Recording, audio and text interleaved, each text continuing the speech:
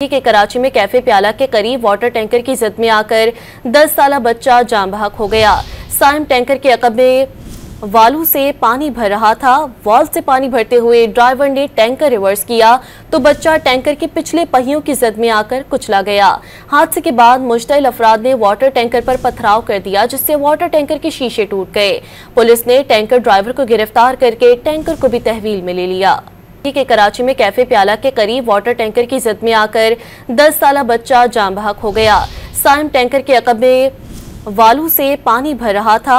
Wall से पानी भरते हुए ड्राइवर ने टैंकर रिवर्स किया तो बच्चा टैंकर के पिछले पहियों की जद में आकर कुचला गया। हादसे के बाद मुश्तइल अफराद ने वाटर टैंकर पर पथराव कर दिया, जिससे वाटर टैंकर के शीशे टूट गए। पुलिस ने टैंकर ड्राइवर को गिरफ्तार करके टैंकर को भी तहवील में ले लिया। के कराची में कैफे प्याला के करीब वाटर टैंकर की जद में आकर 10 साला बच्चा जान बहक हो गया। साइम टैंकर के अकब में वालू से पानी भर रहा था। वॉल से पानी भरते हुए ड्राइवर ने टैंकर रिवर्स किया तो बच्चा टैंकर के पिछले पहियों की जद में आकर कुचला गया। हादसे के बाद मुश्तइल अफराद ने वाटर टैंकर पर पथराव कर दिया, जिससे वाटर टैंकर के शीशे टूट गए।